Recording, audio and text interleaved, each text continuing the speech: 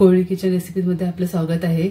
आज आपण एगलेस रवा केक बनवणार आहोत, ते सुद्धा बिना ओव्हनचा टोपामध्ये बनवणार आहोत आपण। तर साहित्य काय काय घेतले बघूया। हे 1 वाटी रवा घेतलेला आहे मी। कुठलाही रवा घ्या तुम्ही, जाड किंवा बारीक। तो मिक्सरला थोडा फिरवूनच घ्यायचा आहे आपल्याला। मिक्सरला मी फिरवून घेतलंय। अर्धी वाटी साखर घेतलेली आहे, पिठी साखर। अर्धी वाटी दही घेतलेले आहे। दही जरा फ्रेश घ्या, आंबट नाही पाहिजे आपल्याला या रेसिपीसाठी। अर्धी वाटी दूध घेतलेले आहे। पाव वाटी तेल घेतलेले आहे। मिल्क पावडर घेतलेले 2 मोठे चम्मच। हे इसेन्स घेतलेले आहे, व्हॅनिला इसेन्स। हे 1.5 चम्मच बेकिंग पावडर घेतलेले आहे। अर्धा चम्मच बेकिंग सोडा घेतलेला आहे आणि चिमूटभर मीठ घेतलेले आहे। आता आपण मिक्सिंग बाउल घेतलेला आहे, त्याच्यामध्ये मिक्स करूया आपण। दही घेतले मी अर्धी वाटी।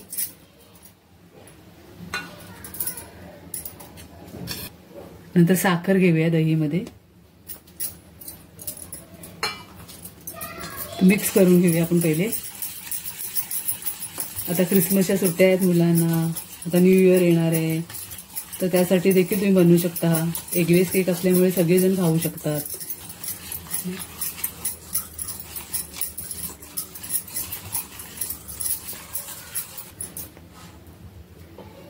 तर तेल घालूया।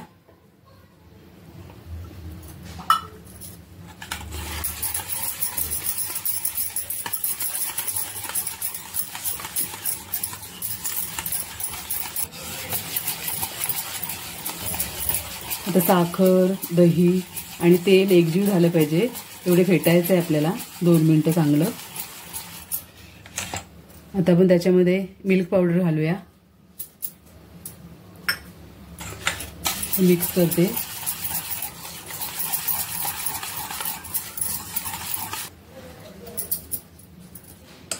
आता इसेन्स घालूया आपण, 4-5 थेंब घालूया।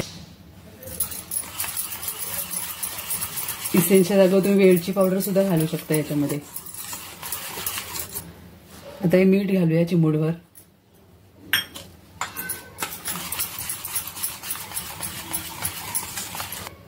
तर रवा घालूया 1 वाटी। मिक्स करूया चांगलं। बेकिंग पावडर आणि बेकिंग सोडा सोडून आपण सगळे साहित्य घातलेले आहेत। आता दूध घालूया।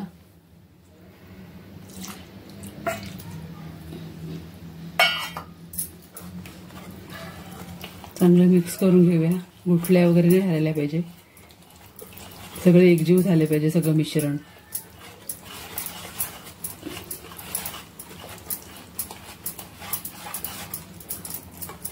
आता सगळे साहित्य मिक्स करून झालेले आहेत। आता 15-20 मिनिटांसाठी आपल्याला हे झाकून ठेवायचं आहे। रवा आपला चांगला फुगते दुधामध्ये। तोपर्यंत आपण टीन घेतलेला आहे बेक करण्यासाठी केक, त्याला आपण ग्रीस करून घेऊया। बटर लावायचं आहे आधी।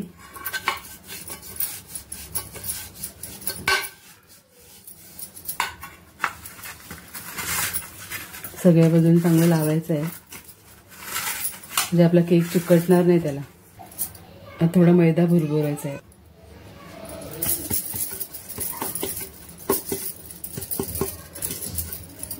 आता आपण बटर लावलेल्या टीनला मैदा भुरभरून घेतलेला आहे। टीन तयार करून ठेवले आहे मी।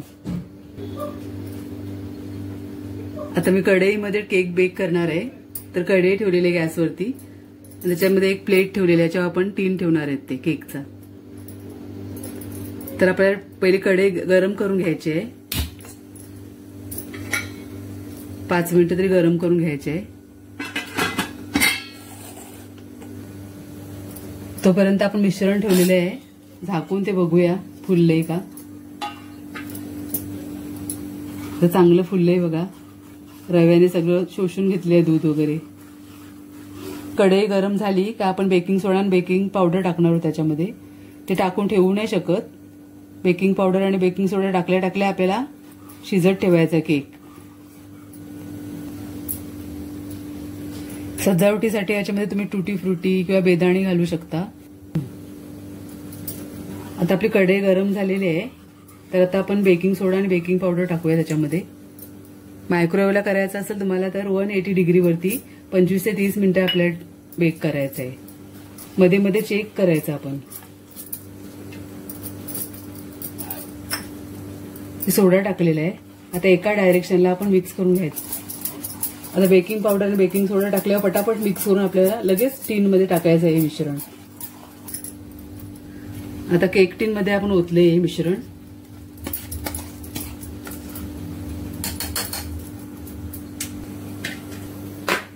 तो टॅप करून आपण ठेवूया शिजायला. हे बघा किती वाफ झाली. तर केअरफुली आपण ठेवूया चांगलं नीट. आता आपण 20 ते 25 मिनिटं ठेवूया पहिले झाकण आणि मीडियम गॅस करूया. पहिले फास्ट ठेवलेली आपण गरम होण्यासाठी कढई. आता थोडी मीडियम करूया. फास्ट ठेवू नका आता शिजवायला, एकदम मीडियम करा. 20 मिनिटं झाली काय चेक करा टूथपिकच्या साह्याने किंवा सुरीच्या साह्याने. केकच्या मध्ये चेक करायचं आहे आपल्याला, कडेला नाही करायचं आहे. सुरी क्लिअर आली तर केक तयार आहे असं समजायचं आपलं. आता एकदा आपण झाकण लावला ना तर 20 मिनिटं तरी ओपन नाही करायचं, कारण वाफ निघून जाते आणि शिजायची प्रक्रिया पण थांबते. मग आता 30 मिनिटं झालेले आहेत. आपण केक बघूया. केक चांगला फुलला आहे. तर चेक करूया आपण. अशी मध्ये सुरी घालून बघूया. आता सुरी बघा क्लीन निघते, म्हणजे आपला केक तयार आहे.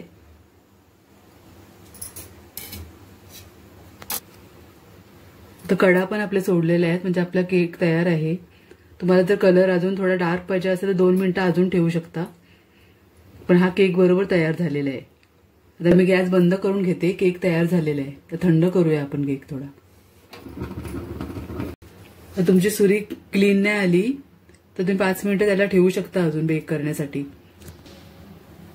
आता आपण केक बाहेर काढून घेतलेला आहे. थोडा थंड झाला की मी कट करून दाखवते. आता आपण केक कट करून घेऊया. चांगला फुललेला आहे. बघा घरच्या साहित्यामध्ये कसं छान केक बनतो ते. तुम्ही सुद्धा नक्की बनवा आणि मुलांना खायला द्या. क्रिसमसच्या सुट्ट्या आल्यात आता.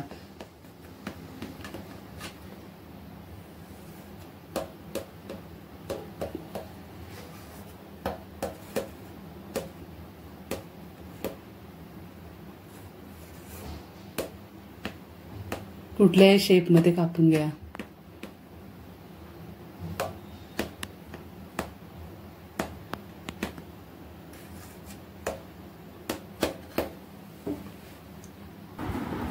तर असा आपला केक सॉफ्ट आणि स्पॉन्जी झालेला आहे. बघ कशी जाली आलेली आहे चांगली. घरच्या साहित्यामध्ये चांगला केक बनतो. तुम्ही सुद्धा बनवा आणि मुलांना खायला द्या क्रिसमसच्या सुट्टीमध्ये. रेसिपी आवडली असेल तर नक्की लाईक करा, शेअर करा आणि सबस्क्राईब करा. धन्यवाद.